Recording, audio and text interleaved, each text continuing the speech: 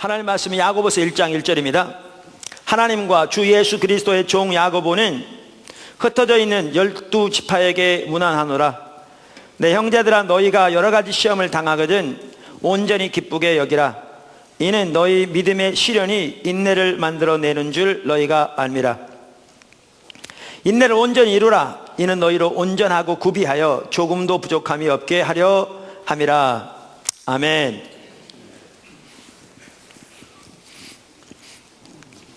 우리가 지난 주일부터 시험에 대해 살펴보고 있습니다. 시험. 그러니까 우리가 신앙생활을 하다 보면 반드시 우리에게 찾아오는 것이 시험입니다. 그리고 우리가 그 시험을 잘 이기고 그 시험에 잘 대처하는 것이 우리 신앙생활에서 가장 중요한 한 부분입니다. 오죽했으면 야고보서가 편지를 하면서 1장 1절에서 자기를 소개하자마자 바로 2절에서 시험에 대해서 말했겠습니까? 그만큼 시험을 잘 대처하는 것이 중요합니다. 아멘. 근데 우리가 지난번에 살펴본 대로 성경에 보면 두 종류의 시험이 있습니다. 원어도 똑같고 우리말 같은 경우에 한국말 번역도 똑같은데 성격은 전혀 다른 두 종류의 시험이 있습니다. 그 한 종류의 시험은 유혹으로서의 시험입니다. 그러니까 죄를 짓도록, 하나님을 떠나도록, 하나님의 길을 떠나도록 우리를 미혹하는, 유혹하는 의미에서의 시험입니다. 이러한 시험은 하나님과 아무런 상관도 없습니다. 하나님은 아무도 이러한 시험으로 사람을 시험하지 않으시고 또 아무에게서도 이런 시험을 받지 않으신다, 이렇게 명백하게 말씀하셨습니다. 그리고 우리가 살펴본 대로 이러한 종류의 시험을 이기는 핵심적인 두 가지 요소는 말씀과 기도입니다. 예수님의 삶에서도 우리는 이 부분을 명확하게 볼 수 있습니다. 그 다음에 또 다른 종류의 시험이 있습니다. 두 번째, 그러니까 또 다른 종류의 시험은 믿음의 시험으로서의 시험입니다. 테스트. 믿음의 시험으로서의 시험. 이걸 다른 성경적인 용어를 사용하면 징계입니다. 그러니까 성경은 이것을 징계라고 부르고 있습니다. 징계라고. 그래서 이와 관련해서 성경에서 가장 잘 말해주는 구절이 신명기 8장과 히브리서 12장입니다. 이 둘이 밀접하게 관계가 있고요, 이 부분을 가장 잘 다루고 있는 성경 구절들입니다. 그러면서 이 시험은, 그러니까 테스트의 의미가 있으니까 우리를 테스트해 보기 위한 겁니다, 한편으로는. 그런데 이 속에는 훈련의 의미가 들어 있습니다. 훈련의 의미가 들어 있습니다. 그래서 이 성경에 말하는 하나님의 징계는 훈련의 성격을 띤 고난입니다. 어려운 일들이죠.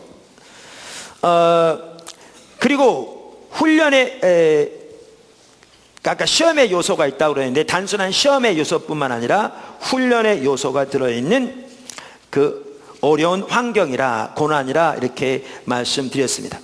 그래서 야고보서 1장에 보면 이걸 믿음의 시련이라 이렇게 포함하고 있기도 하고, 또 신명기 8장 또 히브리서 12장 등에 보아도 이 징계를 하나님의 채찍질, 하나님의 꾸지람, 또 이러한 용어를 사용한 걸 보더라도 어려운 환경인데 어려운 환경을 통해서 하나님의 백성을 빚으시는 하나님의 손길을 의미하고, 이 속에는 시험과 훈련의 의미가 들어있는 것을 볼 수 있습니다. 이게 두 번째 종류의 시험입니다. 그걸 성경적인 용어로 징계라고 부릅니다. 자, 그러면서 우리가 지난주에 뭘 살펴봤냐면, 하나님은 사랑하시는 자를 징계하신다라는 걸 살펴보았습니다. 그래서 오히려 징계가 없는 것이 하나님의 참 아들이 아니고 사생자라는 의미다. 우리에게 징계가 있는 것이 하나님이 우리를 사랑하신다는 징표요, 우리가 하나님이 우리를 받으신 참 아들이라는 것을 의미한다. 여자분도 마찬가지입니다. 예, 남자도 그리스도 신부이듯이. 예, 그러면서 우리가 지난주에 어디까지 살펴봤냐면, 그럼 왜 하나님께서 우리를 징계하시느냐, 그 징계의 목적이 무엇이냐 라면서 그 첫 번째까지 살펴봤습니다. 근데 징계의 목적을 아는 건 매우 중요합니다. 그러니까 왜 징계의 목적을 아는 게 중요하냐면, 하나는 징계의 목적을 아는 것이 우리가 그 징계를 혹은 시험을 이기는 매우 큰 도움이 됩니다. 매우 큰 도움이 됩니다. 그러니까 우리가 어려운 환경을 당해도 이것이 하나님의 사랑의 손길이며 하나님이 왜 이러한 환경을 나에게 허락하셨는지를 알게 된다면, 그리고 이 환경을 통해서 나를 하나님이 어떻게 인도하시기를 알게 된다면 이것을 대하는 태도가 완전히 달라지겠죠. 네. 그렇기 때문에 매우 중요합니다. 또 하나, 오히려 그보다 더 중요한 게 뭐냐면 징계의 목적을 알아야 이 환경을 통해 하나님이 원하신 뜻이 이루어질 수 있습니다. 다시 말하면 우리에게 징계가 닥칠 때 하나님이 이 징계를 통해서 의도하신 바를 알아 우리의 삶이 그렇게 조정되어야 우리가 통과되는 거죠. 그러니까 시험이 통과하는 거고 그 목적이 이루어지는 거죠. 그리고 한 단계 자라나게 되는 거죠. 하나님께서 우리에게 아무리 사랑의 손길로 징계하시고 우리를 빚어가시고 다루시는데도 불구하고 우리가 그 하나님의 목적을 전혀 인식하지 못하고 전혀 의식하지도 않고 우리의 삶이 맞춰 조정되지 않는다면 이게 실패거죠. 하나님은 근심케 하는 것이고 더 나아가 하나님은 분노케 하는 것이죠. 반복적인 기회를 주셨는데도 돌이키지 않는다면 이스라엘 백성들처럼 되는 거죠. 10번의 기회를 주셨지만 저들이 끝내 돌이키지 않자 하나님이 그들에게 분노하시고 그들을 흩으시기로 결정하시거든요. 그래서 그 시대 향한 하나님의 목적에서 제외되는 거죠. 그래서 하나님의 그 징계의 목적을 아는 게 중요합니다. 그리고 여기 아주 중요한 게 뭐냐면 지난주에 말씀드린 대로 이게 사실 빌 헤이블스 목사님이 쓴 용어인데요, 하나님의 깃털 같은 움직임에도 예민하게 반응하는 자세가 중요합니다. 그러니까 이 자세가 있어야 우리가 하나님의 징계가 우리에게 올 때 우리가 올바로 반응할 수 있습니다. 하나님의 깃털 같은 움직임에도 예민하게 반응하는 자세, 그만큼 깨어있는 영적인 자세를 말하는 거죠. 아멘. 자, 그러면서 하나님께서 우리를 징계하시는데 징계의 목적이 뭐냐? 첫 번째가 지난번에 살펴본 게 하나님의 징계는 우리를 겸손케 하기 위함이다 라고 살펴봤습니다. 그러면서 신명기 8장만 하더라도 2절과 3절 그리고 16절에 보면 하나님께서 이스라엘 백성들을 광야로 인도하신 것에 대해서 말하면서 가장 먼저 그들을 낮추시며 그러니까 너를 낮추시며 이렇게 겸손케 하기 위함이었다라고 말하고 있습니다. 왜냐하면 베드로전서 5장 5절이 말하는 것처럼 하나님은 겸손한 자에게 은혜를 주시기 때문이에요. 반대로 하나님은 교만한 자를 대적하시기 때문입니다. 이 구절이 매우 중요합니다. 여러분이 그냥 생각하는 것처럼 간단한 구절이 아닙니다. 그 구절은 대단히 무게가 있는 구절입니다. 오늘 여러분은 그 구절의 의미를, 그 무게를 느낄 수 있을 겁니다. 자, 그래서 하나님께서 우리를 사랑하셔서 징계하시는데 징계하시는 첫 번째 목적은 우리를 겸손케 하기 위함이다. 살펴봤습니다. 자, 여기까지 이제 살펴보고 시간이 다 돼서 이제 멈췄었는데 이제 두 번째 목적입니다. 징계의 목적 두 번째. 하나님의 징계는 우리를 신앙의 본질로 인도하기 위함입니다. 하나님의 징계는 우리로 신앙의 본질의 삶을 살게 하기 위함입니다. 어떻게 보면 가장 중요한 목적이기도 합니다. 가장 중요한 목적이기도 합니다. 자, 여기 보십시오.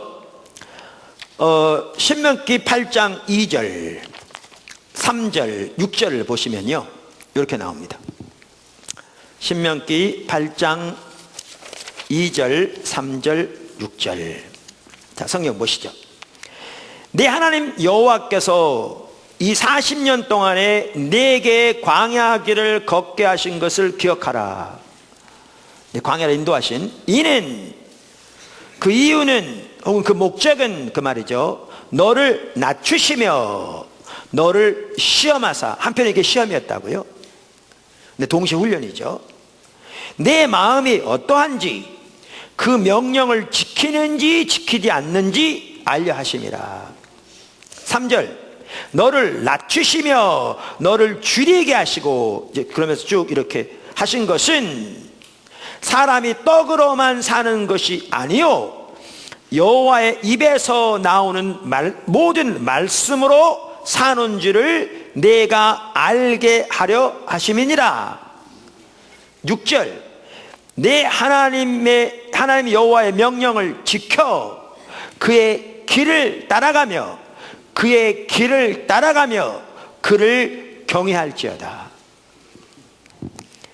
여기에 보면 하나님께서 그들을 광야로 인도하신 목적에 대해서 말씀하시면서 그들이 하나님의 명령을 지키는지 시험할 뿐만 아니라 이제 그들을 훈련시켜서 그들로 하여금 여호와의 입에서 나오는 말씀으로 사는 삶을 살게 하고, 그렇게 하는 이제 시험할 뿐만 아니라 그렇게 훈련하고, 그들로 하여금 하나님의 길을 따라 살며 하나님을 경외하는 삶을 살도록 그들을 훈련시키기 위해서라고 말하고 있습니다.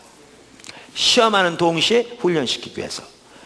근데 이 내용을 보시면요, 우리가 여러 번 살펴본 것처럼 한마디로 말하면 신명기 30장의 삶을 살도록 하기 위해서라고 말입니다. 정확하게. 동일한 신명기 30장에 보면 15절부터 보면 우리 신앙의 본질이 뭔가가 나오거든요. 근데 이 구절들을 보면 정확하게 바로 그 삶을 사는지 안 사는지를 시험해보고, 또 하나는 그 삶을 살도록 훈련시키기 위해서 그들을 광야로 인도하신 것을 볼 수가 있습니다. 그러니까 이걸 보면 하나님께서 우리들을 시험하시는 가장 주된 목적 중에 하나가 우리로 하여금, 예를 들면 신명기 30장에 기록된 것과 같은 신앙의 본질의 삶을 살도록 우리를 인도하시기 위함입니다. 자, 그럼 신명기 30장 한번 보시겠습니다. 잘 아시지만 간단히라도 다시 보겠습니다. 15절, 보라 내가 오늘 생명과 복과 사망과 화를 내 앞에 두었나니. 자, 19절, 제가 여러분 이해하기 쉽도록 왔다 갔다 합니다. 내가 생명과 사망과 복과 저주를 내 앞에 두었은즉 너와 내 자손이 살기 위하여 생명을 택하고. 자, 여기에 보시면 하나님이 우리 앞에 한쪽에는 생명과 복, 다른 쪽에는 사망과 화를 두셨다, 혹은 사망과 저주를 두셨다, 이렇게 말합니다. 같은 겁니다. 그러면서 너희와 너희 자손이 살기 위하여 생명을 택하라, 이렇게 말하죠. 다른 말로 하면 복을 택하라, 그 말이죠. 근데 이렇게 말씀하신 다음에 20절에 보면 중반절에 그는 내 생명이시요, 다시 말하면 그분이 내 생명이시다, 이 말이거든요. 그러니까 하나님 이렇게 말씀하신 거죠. 내가 너희 앞에 한쪽에는 생명과 복, 다른 쪽에는 사망과 저주를 두었다. 너와 내 자손이 살기 위하여 생명을 택하라. 그러면서 내가 곧 내 생명이다, 이렇게 말씀하시거든요. 그러니까 이 말은 생명을 택하라고 말씀하시는데 다른 말로 표현하면 하나님을 택하라는 말입니다. 하나님을 택하라. 자, 그러면서 이제 16절과 20절에 보면 생명을 택하는 길을 제시합니다. 우리는 이럴 수 있습니다. 생명을 택하라! 그래 놓고 어떻게 택하는지 말 안 해줘. 그러니까 알아서 적당히 하라는 거예요. 근데 하나님은 그렇지 않으세요. 하나님은 생명을 택하라! 그러시면 어떻게 하는 것이 생명을 택하는 길인지를 명백하게 말씀하세요. 여기 16절, 20절에 그렇게 말씀하세요. 자, 16절 보시면 이렇게 말하죠. 곧 내가 오늘 네게 명령하여, 이게 내 명령이다, 그러면 세 가지가 나옵니다. 네 하나님 여호와를 사랑하고 그 모든 길로 행하며 그의 명령과 규례와 법도를 지키라 하는 것이라. 20절, 네 하나님 여호와를 사랑하고 그의 말씀을 청정하며 또 그를 의지하라. 자, 그래서 여기에 보시면 6가지인데 한 가지는 반복 나오기 때문에 5가지죠. 5가지가 총망라한 건 아니지만 우리 신앙의 가장 핵심적인 것을 말해주고 있고요, 우리 신앙의 본질이 무엇인가를 말해주고 있습니다. 자, 그래서 그거를 우리가 이미 여러 번 살펴봤기 때문에 과거에 간단히 설명하면, 첫째가 뭐라고요? 하나님과의 친밀한 교제. 그러면 하나님과 친밀한 교제가 어디 나오는가? 여기 20절에 보면 또 그를 의지하라 그랬는데, 우리말에 의지하라 하고 번역된 단어가 개역 성경에는 그게 그에게 부종하라 라고 번역됐던 단어라고요. 그런데 이 단어는 히브리어로 다바크란 단어인데 그 뜻은 누구누구에게 착 달라붙다, 누구누구에게 친근히 행하다, 그런 뜻이라고요. 그래서 창세기 2장에서 하나님께서 남자가 그 부모를 떠나 여자와 연합하여 한 몸을 이룰지라 그랬는데 이 연합한다는 단어가 다바크입니다. 그만큼 친밀한 연합을 말합니다. 그러니까 하나님이 우리에게 원하시는 가장 핵심적인 한 가지는 하나님과의 친밀한 연합, 하나님께 착 달라붙어 있는 것, 하나님과 친밀한 교제입니다. 그 다음에 하나님과 그 친밀한 교제 가운데서 하나님을 마음과 뜻과 성품을 다해 사랑하는 거죠. 이게 가장 중요하고 가장 핵심이니까 두 번이나 나오고 그것도 두 번 다 가장 먼저 나오죠. 그 다음에 하나님의 말씀을 지키는 것, 그러니까 그의 명령과 규례와 법도를 지키라 그랬는데 이거는 하나님의 말씀에 대한 동의어라고요. 그래서 하나님의 말씀을 지키는 것. 그 다음에 네 번째는 하나님의 길로 행하는 것. 그리고 다섯 번째는 하나님의 목소리를 청정하는 것. 우리말에 하나님의 말씀을 청정하고 이렇게 번역되어 있는 이 말은 원래 원문에는 하나님의 목소리를 청정하고 이렇게 되어 있다고요. 그 말은 단순한 문자적인 내 노력으로서의 순종, 그 이상을 말하는 거죠. 그것도 당연히 중요하죠. 말씀을 아까 지키고 거기에 명령에 순종하고 명령과 규례를 법도를 지키라고 했으니까 그 포함되죠. 그러나 이 하나님의 목소리를 청정한다는 말은 하나님과 인격적인 관계를 전제한 말이죠. 그래서 신약 성경에서 예수님께서 자신을 목자라고 말씀하시고 우리를 양이라고 말씀하시면서 양은 목자의 음성을 아는 거로 따라오되 라고 말한 것처럼 하나님과의 친밀한 교제 가운데서 그분의 목적과 뜻과 의중을 발견하고 그 하나님의 일에 순종하는 삶 등과 같은 것이 포함된 거죠. 이게 하나님을 택하는 길입니다. 이게 신앙의 본질입니다. 이 삶을 살 때 하나님이 우리와 함께 하시고 우리와 함께 하시면 하나님이 하나님의 백성들을 위해서 행하시는 그 모든 일들이 우리 가운데 넘치는 거죠. 이게 생명입니다. 여러분, 아까 신명기 8장에서 동일한 신명기입니다. 8장에서 하나님께서 이스라엘 백성들을 왜 광야로 인도하셨는가 그 구절들을 딱 모아보면 한마디로 줄이면 이 삶을 살도록 모으셨습니다. 인도하셨습니다. 정확하게. 그러니까 하나님께서 하나님의 백성들을 징계하시는 가장 핵심적인 이유가 뭐냐? 우리를 신앙의 본질의 삶으로 인도하기 위함입니다. 이게 핵심입니다. 이게 핵심입니다.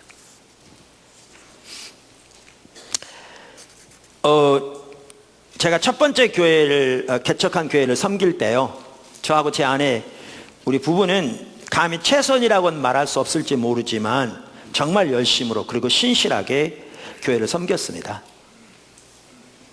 그런데 교회는 성장하지 않았고 이렇다 할 사역은 이루어지지 않았습니다.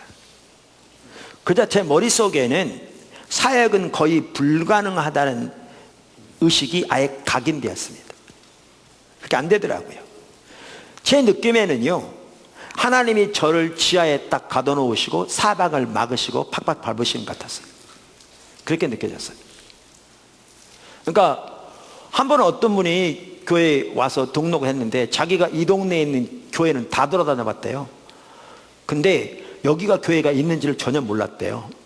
그렇다고 그러면서 와서 신앙생활 하다가 다른 데 이사 갈 때까지 신앙생활 했거든요. 아예 막아놓으신 것 같았어요. 그리고 팍팍 밟으시는 것 같았어요. 그런데 그 기간이 그래서 매우 어려운 기간이었을지 모르지만 여러 가지 면에서 너무너무 감사하게도 그 기간 동안 하나님은 저와 제 아내를 하나님의 얼굴을 구하는 삶으로, 그리고 제가 말하는 신앙의 본질의 삶으로 돌이키셨습니다. 지금 삶이나 사역, 관계 등 모든 면에서 우리가 있게 된 것은 그 기간이 있었기 때문에 가능했습니다. 저에게 그 기간이 없었더라면 포도나무교회도 샘물교회 선교회도 존재하지 않았을 것이고요, 오늘날 저도 존재하지 않았을 것입니다.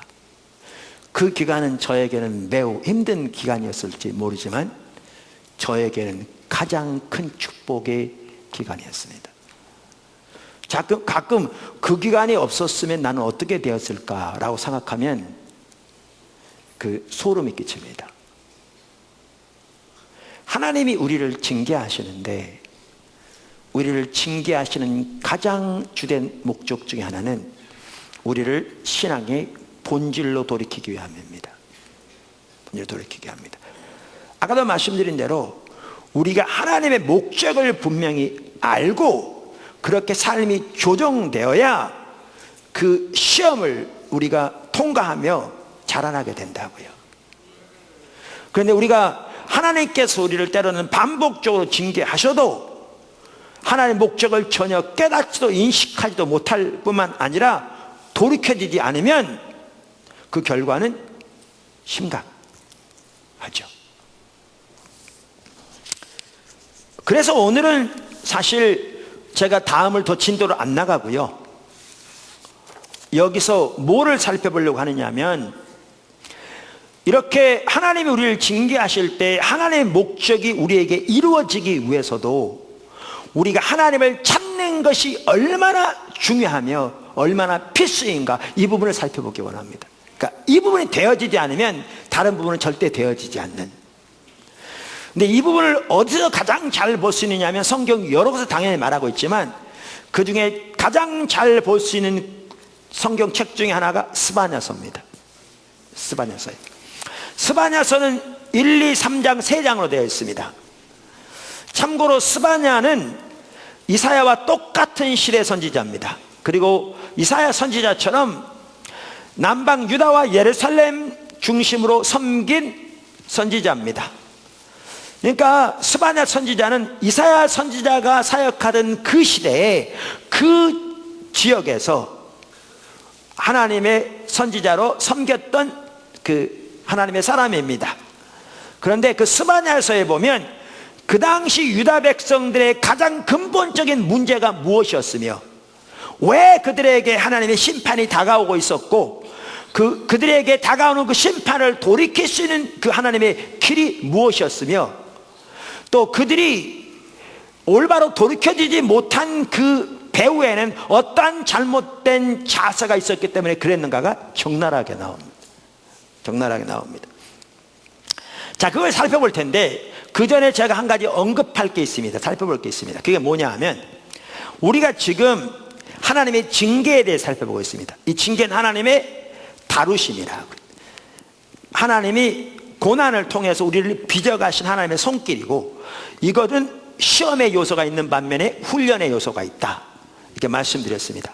근데 이와 비슷한 게 뭐냐 하면요, 하나님의 심판입니다.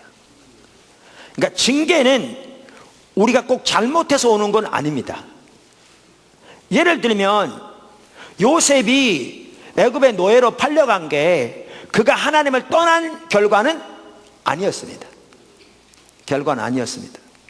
그러니까 그가 이렇게 어려서부터 이렇게 정말 하나님께 친밀하게 하나 올바른 자세로 자라난 건 아닐지 모르지만, 그가 문제가 있어서 애굽의 종으로 간 건 아니었는데, 하나님이 그를 하나님의 의도하신 자리로 세우시기 위해서 그를 빚어가기 위한 것이었습니다. 징계였습니다. 다윗이 왕이 된 이후로 사울에게 시기를 사서 여러 가지 죽을 고비를 당하면서 광야로 도망하는 신세가 되었는데, 이게 다윗의 죄 때문이 아니었습니다. 하나님이 다윗을 세워가신 하나님의 손길이었습니다. 징계였습니다. 그런데 이거와는 좀 다른 측면이 있는 게 있습니다. 그게 뭐냐, 하나님의 심판입니다. 예를 들면 하나님의 백성들이 하나님을 떠나 자기 길로 행할 때 하나님이 심판하십니다. 그리고 가장 먼저 찾아오는 하나님의 심판은 하나님의 살아있는 생명의 역사를 그들에게 거칩니다. 이것도 우리가 여러 번 살펴봤습니다. 이렇게 심판하시는 것도 역시 하나님의 사랑의 표현입니다. 그러니까 예를 들면 요나가 고기 뱃속에 들어가게 된 것은 하나님의 심판이었습니다. 그러니까 요나가 하나님의 부르심을 따라 니느웨로 가는 것을 거절하고 다시스로 도망가는 과정에서 하나님의 심판이 임한 겁니다. 그래서 배에 풍랑이 일고 요나 때문에 다른 많은 사람들과 재산적인 많은 피해도 보고 이제 요나가 결국 고기 뱃속까지 들어가는 상황이었습니다. 다니엘이 사자 굴 속에 던져지게 된 것은 다니엘의 죄 때문이 전혀 아니었습니다. 그 반대로 다니엘이 나이가 많은 나이에도 불구하고 예루살렘을 하루에 3번씩 빼놓지 않고 위해서 기도하고 그를 시기하는 사람들이 다니엘을 붙잡기 위해서 왕을 속여서 어떤 신에게도 구하지 못하도록 법령을 내도록 했고, 그 왕이 다니엘을 총애하고 사랑하지만 자기가 만든 법이지만 법이기 때문에 그 법에 따라 다니엘을 이제 사자굴에 넣는 것이었기 때문에 다니엘이 사자굴에 들어간 것은 요나가 고기 뱃속에 들어간 것과는 달랐습니다. 이게 한편은 징계의 성격도 있다면, 물론 이 경우는 공격이지만 이 경우는 심판이었습니다. 그런데 이렇게 징계나 심판 다릅니다. 그렇게 다른데 겉으로는 둘 다 어려운 환경이 닥칠 수 있기 때문에 때로는 구분이 안 될 때가 있습니다. 구분이 안 될 때가 있습니다. 이게 하나님의 징계로서 내게 오는 건지 아니면 내가 하나님을 떠났기 때문에 그 결과로 나에게 닥친 결과인지 구분이 안 될 때가 있습니다. 근데 이렇습니다. 그 두 개가 구분이 안 돼도 한 가지 공통적인 것은 하나님이 사랑하시기 때문에 보낸다는 겁니다. 둘 다. 또 하나 한 가지 공통점은 뭐냐면 그것이 징계이든지 그것이 사랑이 심판이든지 상관없이 신앙의 본질로 돌이키면 됩니다. 그러니까 그것이 징계라도 신앙의 본질로 돌이키기 위한 거고, 하나님이 하나님의 백성을 심판하시는 가장 주된 목적은 그들을 신앙의 본질로 돌이키기 위함입니다. 성경 여러 곳에 보면 알 수 있습니다. 그러니까 우리에게 이러한 일이 닥칠 때 이것이 징계이든지 심판이든지 상관없이 하나님을 알고 그분을 존재를 다해 사랑하며 하나님의 목적을 보고 온 사람으로 동참하며 하나님의 길로 행하는 신앙의 본질로 돌이키면 됩니다. 할렐루야. 그것을 염두에 두시고 이제 스바냐서를 살펴볼 겁니다. 그 시대 문제가 뭐였는지. 자, 스바냐서는 3장으로 되어 있다고 그랬는데 그 1장, 2장, 3장을 중에서 핵심적인 구절들 이제 한 구절씩 대표적으로 살펴보려고 합니다. 그 1장, 하나의 핵심적인 구절이 1장 6절입니다.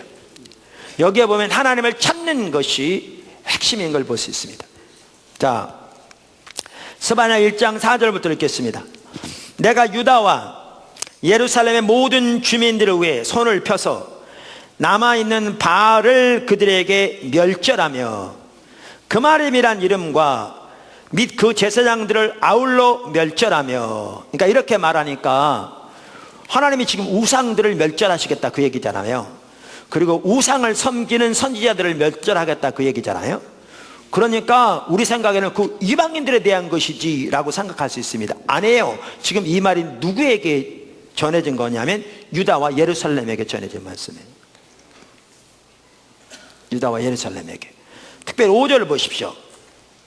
또 지붕에서 하늘의 무별에게 경배하는 자들과 경배하며 여호와께 맹세하면서 말감을 가리켜 맹세하는 자들과, 이걸 보면 명확하게 알 수 있듯이 뭐냐면요, 어느 시대건 신앙이 타락하면 혼합주의 신앙에 빠집니다. 하나님도 섬기고 우상도 섬기고. 바리새인들은 말감이나 바알과 같은 우상은 그들 앞에 그림자도 두지 않았습니다. 그러나 그들에게는 자기의 돈이, 자기의 명예가 우상이었습니다. 성경이 명백하게 우상은 하나님을 대체하는 것입니다. 그래서 어느 시대건 신앙이 타락하면 혼합주의 신앙으로 전락합니다. 어느 시대건. 자, 그런데 그게 핵심이 아닙니다. 이거는 결과들입니다. 결과들입니다. 제가 지난주 월요일 날부터 한 이틀 죽을 뻔했습니다. 아파가지고. 네. 좀 표현이 과했나요? 네. 근데 여기 감기가 심하게 온다 그러면 콧물이 줄줄 흐르잖아요. 말씀드린 대로 콧물은 증상입니다. 감기 바이러스가 원인인 거고, 더 근본적인 원인은 몸이 약한 게 원인인 거고, 그러면 이 콧물을 닦는다고 해결되지 않습니다. 몸이 회복돼야 콧물이 모여지는 거지. 여러분, 혼합주의 신앙은요 한편으로는 증상입니다. 콧물 닦아내야 되듯이 혼합주의 신앙 버려야 되는데, 콧물 닦아낸다고 해결되지 않듯이 혼합주의 신앙 한두 마디 입으로 자백한다고 해결되지 않습니다. 근본적인 원인이 어디 있느냐? 6절에 있습니다. 근본적인 원인이 뭐냐? 저들이 왜 그렇게 되게 됐느냐? 지금 혼합주의 신앙, 우상숭배는 콧물이라니까요. 그거는 증상이라니까요. 그럼 근본적인 원인이 어디였느냐? 하나님 이렇게 말합니다. 여호와를 배반하며 따르지 아니한 자들과 여호와를 찾지도 아니하며 구하지도 아니한 자들을 멸절하리라. 이게 원인입니다. 이게 가장 근본적인 원인입니다. 그러니까 이러한 성경의 그 맥락을 보아도 우리 신앙의 가장 근본적인 요소가 뭔가를 볼 수 있습니다. 그러니까 다시 말하면 우리 신앙의 가장 중요한 요소가 뭔가, 우리 신앙의 가장 근본적인 것이 뭔가 라는 걸 볼 수 있는데, 우리 신앙의 가장 근본적인 것, 가장 중요한 것은 여호와를 따르는 것이고 여호와를 찾는 것이고 여호와를 구하는 것입니다. 그리고 이게 가장 근본적인 것이고, 바로 이 근본적인 것이 없을 때 심판이 옵니다. 이 구절 보십시오. 여러분, 제가 아까 뭐라고 말씀드렸냐면, 이 스바냐와 이사야는 동일한 시대 사람이라 이렇게 말씀드렸습니다. 여러분, 이사야 1장 우리가 수없이 많이 보았듯이 그 당시에 어마어마한 종교적인 의식들이 있었습니다. 안식일, 월삭, 그러니까 매월 첫날 율법에 특별한 예배 드리게 돼 있죠. 모든 대회와 절기 철저히 지켰고요. 숫송아지, 순양, 어린 양, 순양 등 성경에 규정한 제물들, 그것도 가장 살지고 좋은 것들을 무수히 드렸다고 그랬고요. 그 다음에 그들은 많이 기도했다고 나와 있습니다. 보십시오. 종교적인 의식과 희생은 정말 뛰어났습니다. 오늘날 우리들이 하는 종교적인 의식과 희생은 그들에게 비하면 세 발의 피입니다. 그런데 그들에게 뭐가 없었는 줄 아십니까? 이 6절이 없었습니다. 그러니까 타락하게 되어 있습니다. 여러분, 저든지 여러분든지, 우리 한국인은 기독교인인지 미국인이 기독교인인지, 남자든지 여자든지, 포도나무교회 성도든지 아니면 무슨 다른 교회 성도든지 상관없이 우리가 하나님을 찾는 것을 하지 아니하면 혼합주의 신앙에 빠지게 되어 있습니다. 우상숭배에 빠지게 되어 있습니다. 인간은 예외 없습니다. 예외 없습니다. 우상숭배는 증상입니다. 우상숭배는 결과입니다. 근데 근본 원인은 6절에 있습니다. 이게 신앙의 본질입니다. 거기 핵심이 하나님을 찾는 거죠. 그럼 여기 하나씩 보십시오. 6절을 여호와를 배반하며 따르지 아니한 자들과 이렇게 되어 있는데요. NIV 성경 those, 그들에 대해서 뭐라고 표현하는가 하면 6절에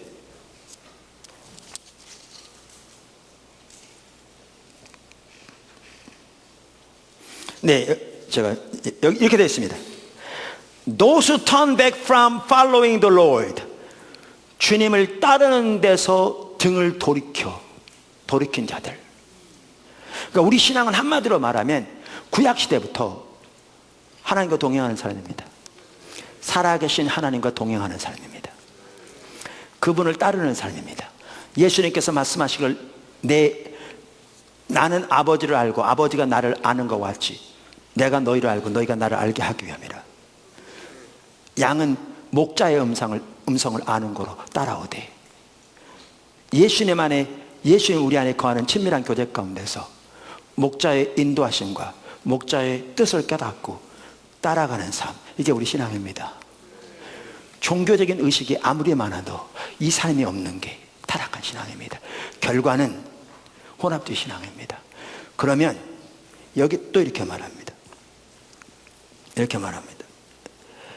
아내한 자들과 여호와를 찾지도 아니하며. 그러면 핵심이 뭡니까? 하나님을 찾는 겁니다. 성경에서 하나님을 찾는다는 말은 우리가 여러 번 살펴본 것처럼 자기의 필요와 목적을 위해 그저 하나님의 도움과 능력을 구하는 것이 아니라 하나님 그분 자신을, 그분의 영광을 보기를, 그분의 뜻과 구중을 알기를 구하여 그분 자신을 찾는 것을 말한다고 살펴봤습니다. 그게 성경적인 용어로 하나님의 얼굴을 구하는 것이라고 여러 번 살펴봤습니다. 여러분, 하나님 그분을 찾지 않으면 하나님과 동행하는 삶을 사는 게 불가능합니다.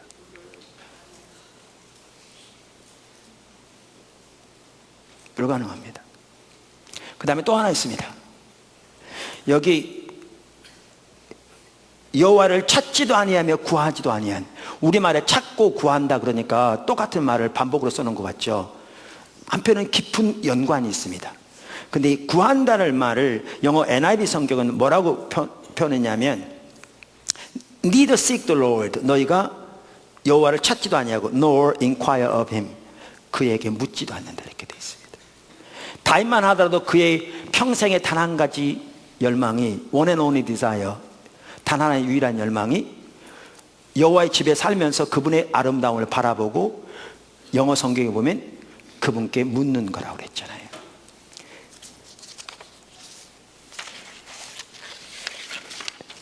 예수님께서도 12 제자들을 세우시기에 앞서 밤새도록 기도하셨습니다.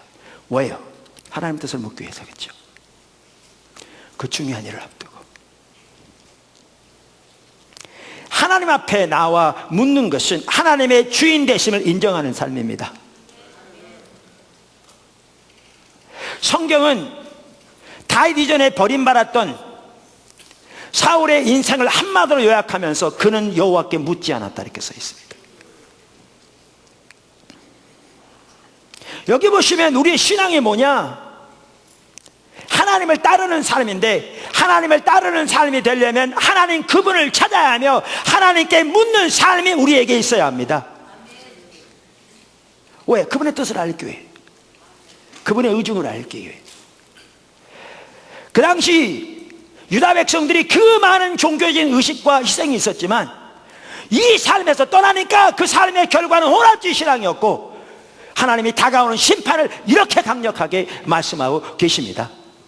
지금 포도나무 교회는 어떡합니까? 어떻습니까?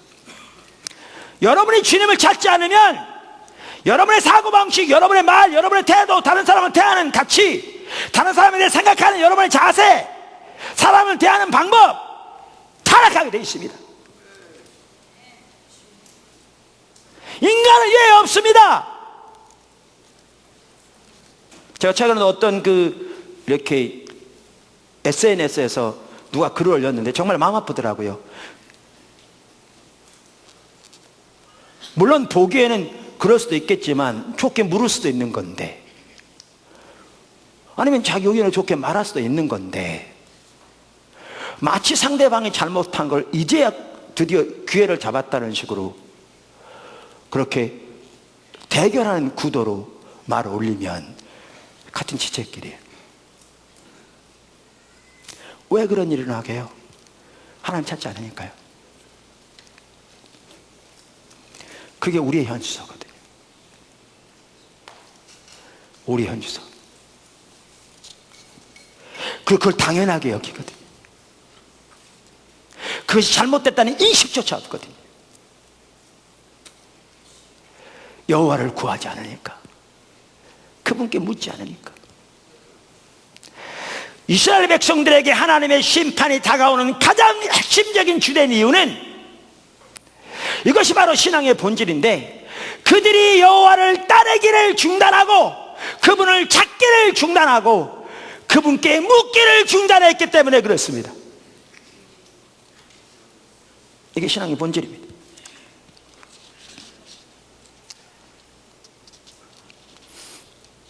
또 하나의 중요한 성경 구절이 스바냐서 2장 3절에 나옵니다. 여기 같은 내용이 나오는데요, 또 하나의 중요한 부분을 추가로 볼 수 있습니다. 스바냐서 2장 3절, 2장 2절부터 보겠습니다.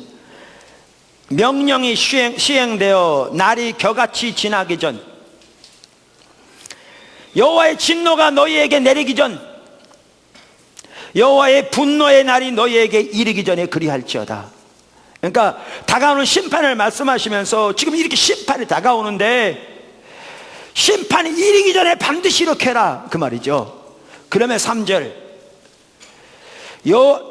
여호와를 지키는, 영어 NIV 성경에는 이게 제일 먼저 나와요. 이르기 전에 이렇게 해라 그러면서 Seek the Lord, 여호와를 찾아라 이렇게 돼요.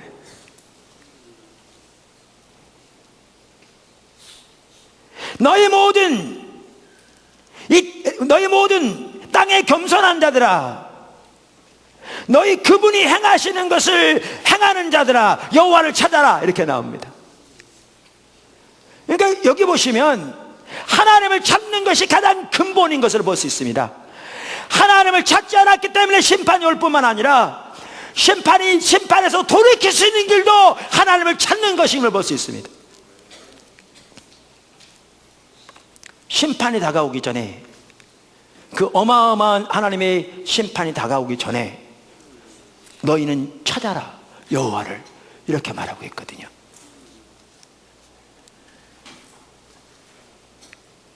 여호와를 찾으며 공의와 겸손을 구하라. 너희가 혹시 여호와의 분노의 날에 숨김을 얻으리라 이렇게 말함으로써 하나님의 심판을 돌이키게 하는 것도 하나님을 찾는 것임을 볼 수가 있습니다. 아멘. 그만큼 하나님을 찾는 것이 중요합니다. 그런데 여기에 또 하나 중요한 게 있습니다. 그게 뭐냐 하면 겸손한 자들이 여호와를 찾습니다.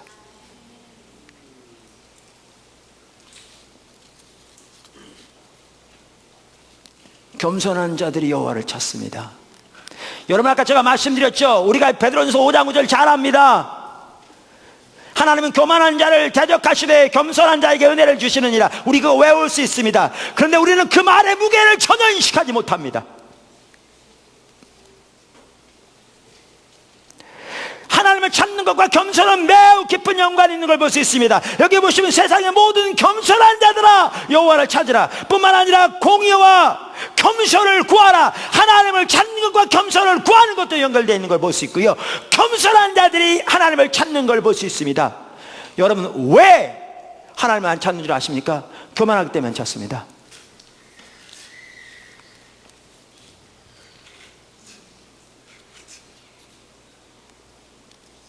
우리가 교만하기 때문에 안 찾습니다. 겸손한 자들이 하나님을 찾습니다. 여러분, 우리가 이미 살펴본 대로 하나님께서 이스라엘 광야 생활을 통해서 반복적으로 하나님께서 말씀하신 바 저들을 낮추시며 저들을 겸손케 하셨습니다. 왜? 겸손의 주님을 찾도록. 근데 그들은 환경적으로는 낮아졌을지 모르지만 중심이 겸손해지지 않으니까 하나님을 안 찾았습니다. 광야 생활하던 이스라엘 백성들은 하나님이 저들을 낮추셨는데, 하나님이 저들을 겸손케 하셨는데, 환경적으로는 겸손해질지 모르지만 중심에는 겸손해지지 않으니까 하나님을 안 찾은 겁니다. 반복되는 기회에도 불구하고 하나님을 안 찾으니까 주님을 의지할 수 없고, 하나님을 안 찾으니까 주님과 동행한 삶이 불가능한 거죠. 그러니까 나타난 것은 혼합주의 신앙만 나타났습니다. 우리가 성경에 보는 것처럼. 그리고 그 결과는 심각했습니다. 여러분, 이거요 그들의 얘기만이 아닙니다. 이거요 다른 교회 나가는 성도들만의 얘기가 아닙니다. 이거요 우리에 대한 얘기입니다. 보도나무 교회에 대한 얘기입니다. 저에게 대한 얘기고 여러분에 대한 얘기입니다. 이 얘기는 뿐만 아니라 이 구절을 자세히 보십시오. 어떤 자들이 하나님을 찾느냐? 하나님의 뜻대로 행하고자 하는 자들이 하나님을 찾습니다. 왜 사람들이 하나님을 찾지 않느냐? 하나님 낮추심에도 그 중심에 하나님의 뜻대로 살고자 하는 욕망조차 없기 때문에요. 열망조차 없기 때문에, 그런 자세조차 없기 때문에요. 그 주님 찾지 않습니다.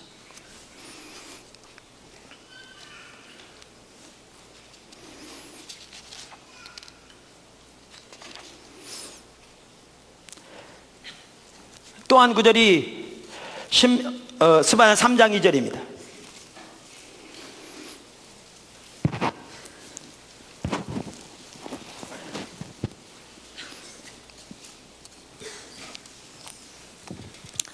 또 한 구절이 핵심적인 구절이 스바냐 3장 2절인데요. 여기에 보면 또 하나 중요한 걸 볼 수 있는데, 하나님을 찾는 것과 하나님의 교정을 받아들이는 것이 밀접한 관계가 있는 걸 볼 수 있습니다. 정말 중요한 구절입니다. 3장 1절부터 보십시오. 스바냐. 폐역하고 더러운 곳, 포악한 그 성읍이 화 있을진저. 그는 단수입니다. 영어로 she, 그 성읍을 가리킵니다. 그러니까 유다 백성을 말하는 겁니다.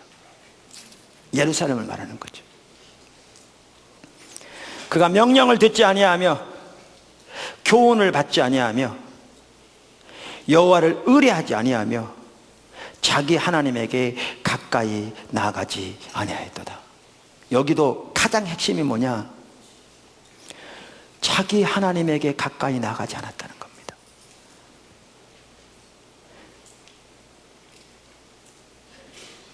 She does not draw near to her God. 그의 하나님에게 가까이 나가지 않았다. 이 가까이 나간다는 말이 다른 말로 하나님 찾는다는 말입니다. 하나님 찾지 않았기 때문에 심판이 옵니다. 근데 여기 중요한 게 있습니다. 하나님을 찾지 않았기 때문에 그들은 하나님을 의지할 수 없었습니다. 둘은 밀접한 관계가 있습니다.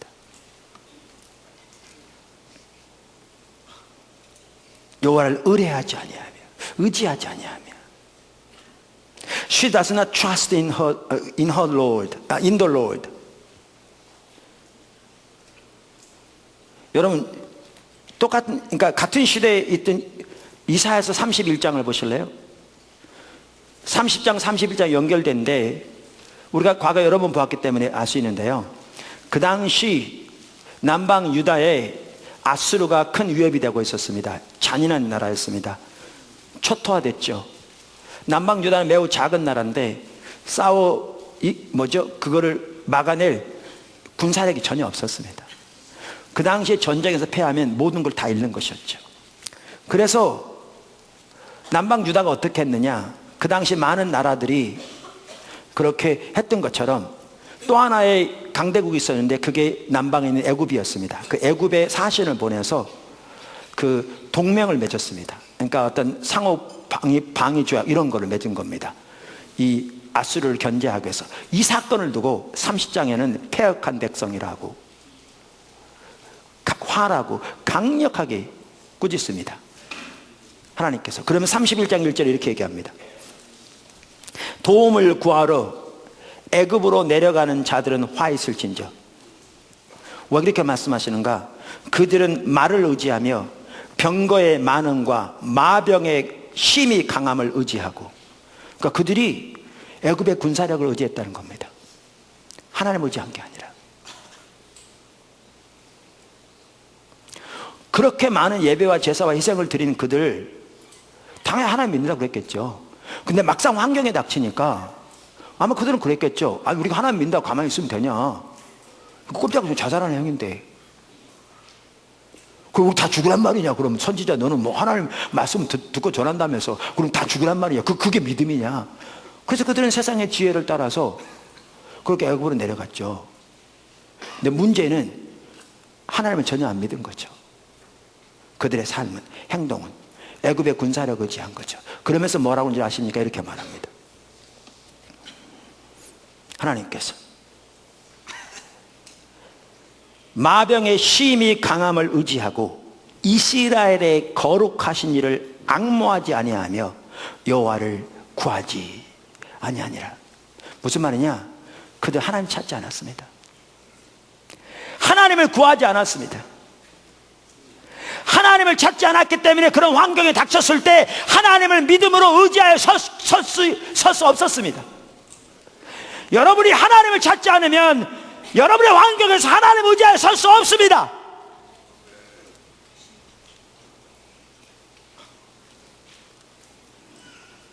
그래서 아까 스바냐 3장 2절도 그들에게 다가오는 심판에 대해 말씀하시면서 그들이 여호와를 의뢰하지 아니하며 자기 하나님께 가까이 나아가지 아니하였도다 이렇게 말하고 있는 거죠.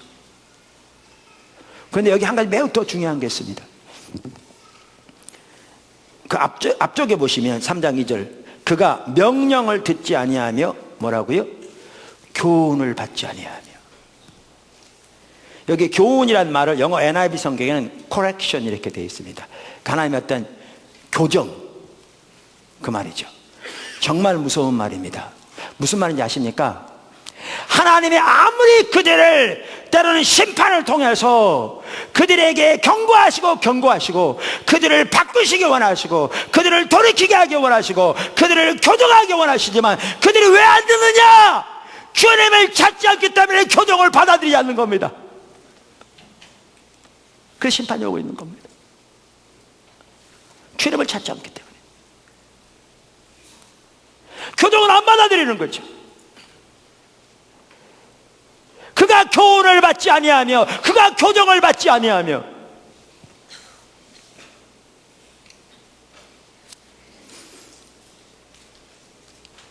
스바냐 3장 7절에도 똑같이 나옵니다. 내가 이르기를 너는 오직 나를 경외하고 교훈을 받으라. 그리하면 내가 형벌을 내리기로 정하기는 하였지만 너희 거처가 끊어지지 아니하리라 하였으나 그들이 부지런히 그들의 모든 행위를 더럽게 하였느니라. 하나님 뭐라고 그러시냐면 너는 오직 나를 경외하고 내 교훈을 받으라. 그러면 내가 심판을 돌이킬게.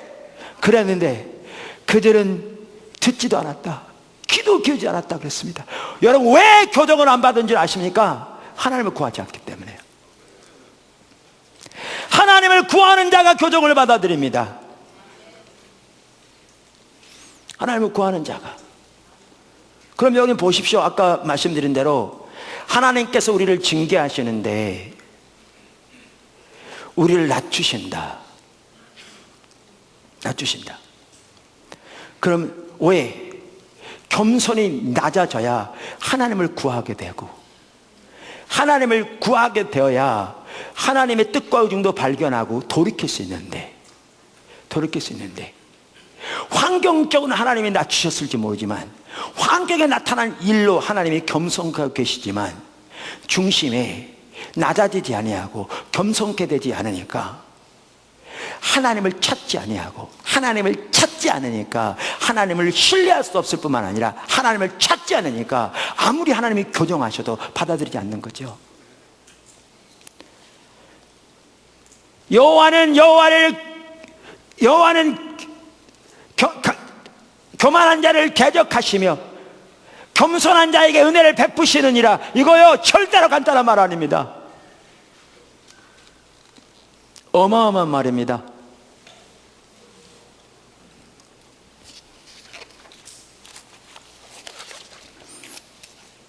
그런데 스바냐서는 한 가지 더 나옵니다.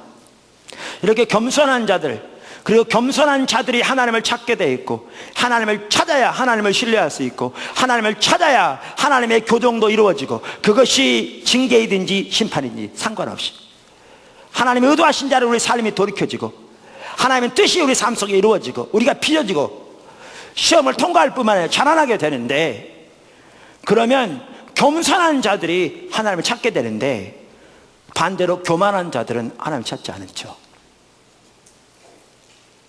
그래서 교만한 자들은 하나님의 징계를 받아들이지 않습니다. 하나님께서 그를 겸손케 하시는데도 본인은 낮아지지 않습니다.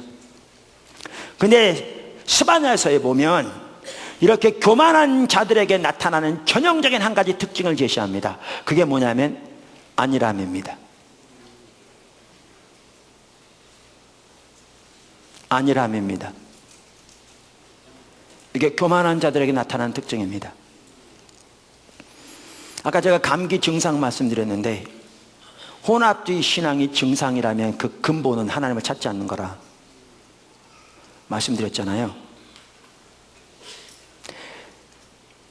중심이 교만하면 겉으로 나타나는 증상의 핵심적인 한 가지 증상은 안일함입니다. 그들은 하나님 찾지 않습니다. 빚어지지 않습니다. 다뤄지지 않습니다. 그게 스바냐서 1장 12절에 나옵니다. 그때 내가 예루살렘에서 찌꺼기같이 가라앉아서 마음속에 스스로 이르기를 하나님께서는 복도 내리지 아니하시며 화도 내리지 아니하시리라 하는 자를 등불로 두루 찾아 벌하리니.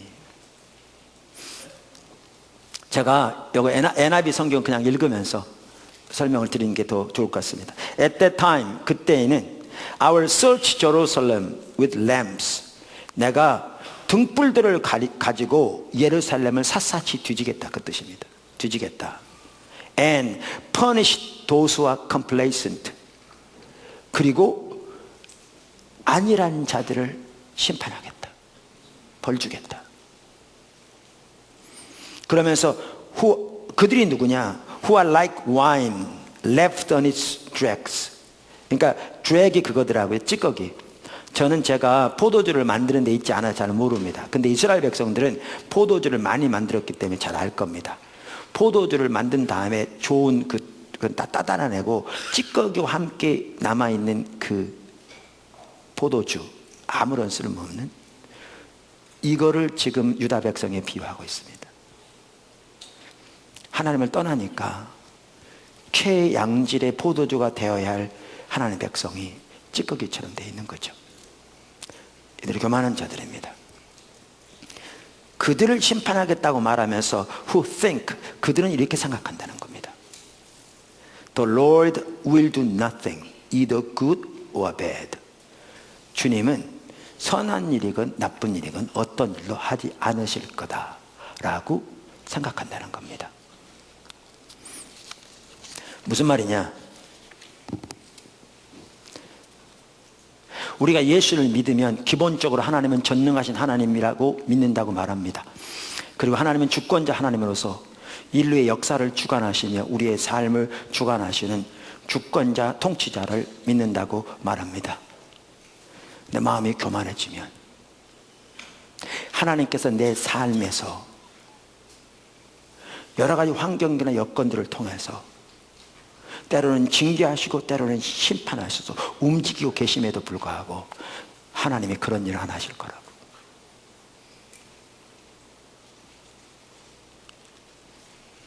교리적으로 믿을지 모르지만 하나님은 그런 일을 하시는 분이 아니라고.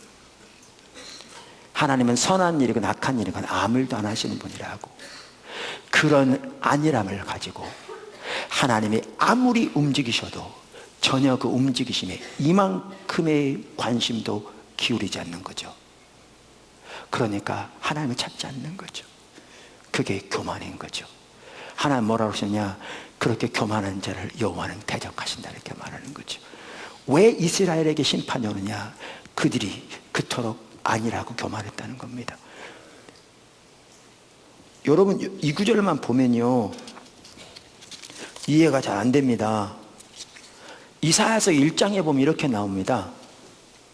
똑같은 시대에 쓰여진 이 시대에 대한 그 1장 5절부터 보시면 이렇게 나옵니다.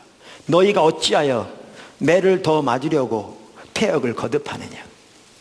온 머리는 병들었고 온 마음은 피곤하였으며 발바닥에서 머리까지 성한 것이 없이 상한 것과 터진 것과 새로 맞은 흔적뿐이거늘 그것을 짜며 싸매며 기름으로 부드럽게 함을 받지 못하였도다.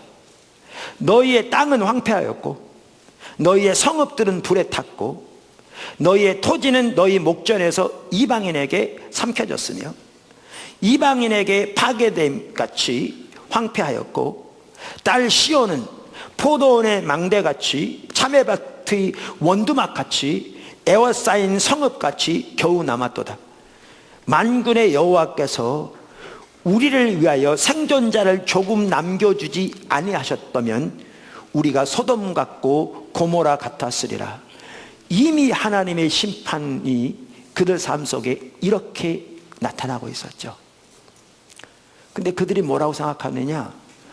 하나님은 좋은 일이고 선한 일이고 아무것도 안 하셔. 이게 무슨 하나님이 하신 거냐?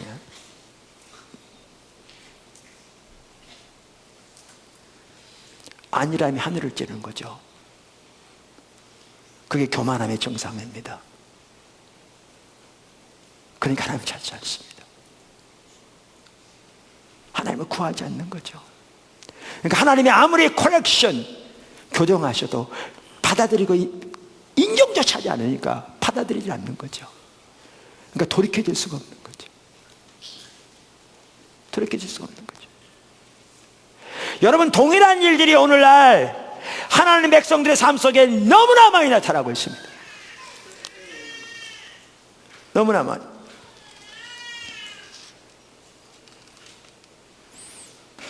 이렇게 아니라기 때문에 하나님이 심판하실 것을 말하면서 스바냐서 1장 13절, 그들의 재물이 노략되며 그들의 집이 황폐할 것이라.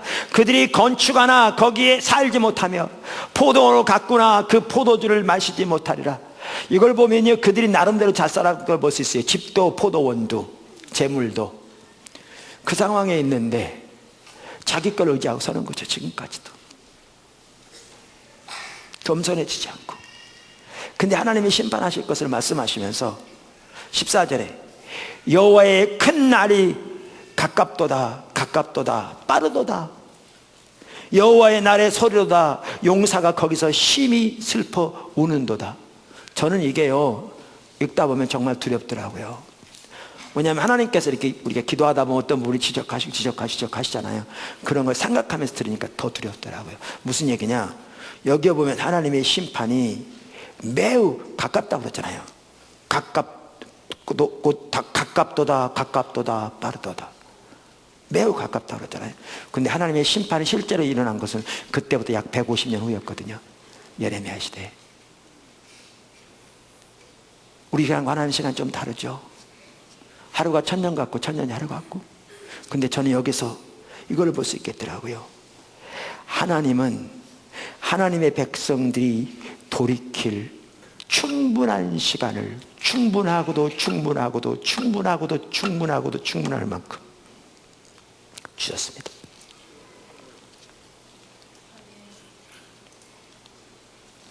근데 그래도 돌이키지 않으니까 하나님 말씀하신 그대로 심판이 왔습니다. 예레미야 시대 심판이 왔을 때에는 예루살렘 성전 완전히 불타 없어지고 예루살렘에 있던 쓸만한 집 하나 그대로 남아있지 없는 채 도시 전체가 폐허가 되었고, 왕은 자식들이 보는 앞에서 두 눈이 뽑힌 채로 포로로 잡혀가게 되었고, 이스라엘 유다는 완전히 초토화 멸망당했습니다.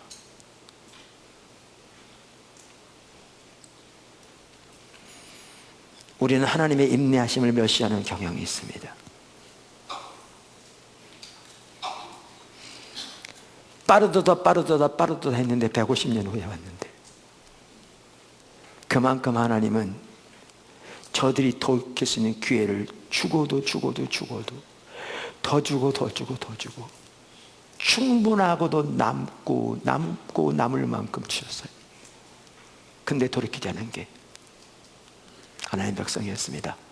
왜? 아니라니까요. 교만하니까요. 하나님 찾지 않으니까요.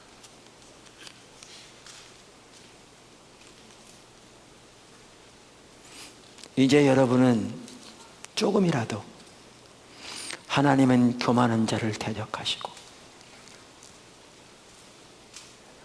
겸손한 자에게 은혜를 베푸시느니라, 그 말의 의미를, 그 무게를 조금이라도 이해하실 수 있을 겁니다.